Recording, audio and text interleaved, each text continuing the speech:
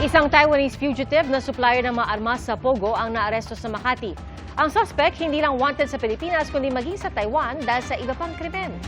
Saksi, si June Veneracion.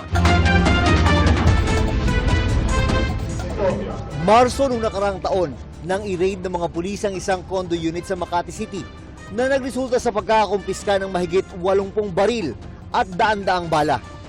Bukod sa mga handgun, meron pang mga assault rifle. Pero hindi inabutan ng raiding team ang target ng operasyon. Ang umano'y Taiwanese fugitive na si Jiang Yadong. Mahigit isang taon ang lumipas.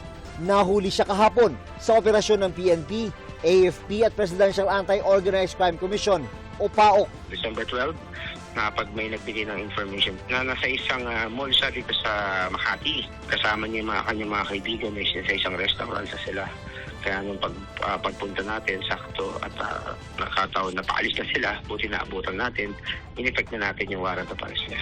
Ang suspect, wanted din daw sa Taiwan dahil sa pagkakasangkot sa illegal na droga at iba pang organized crime.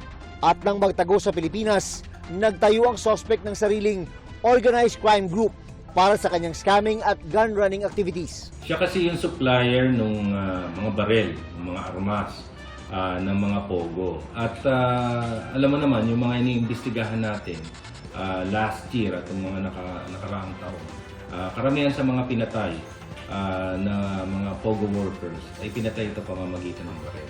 Nakakulong ang suspect sa Makati City Police Station pero hindi pinayagan ng media na makita siya. Sa monitoring ng PAOK, nasa 150 maliliit na pogo ang patago pa rin daw na nag-ooperate sa mga condominium, resort at mga gated community. Para sa GMA Integrated News, ako si June Veneracion, ang inyong saksi. Mga kapuso, maging una sa saksi.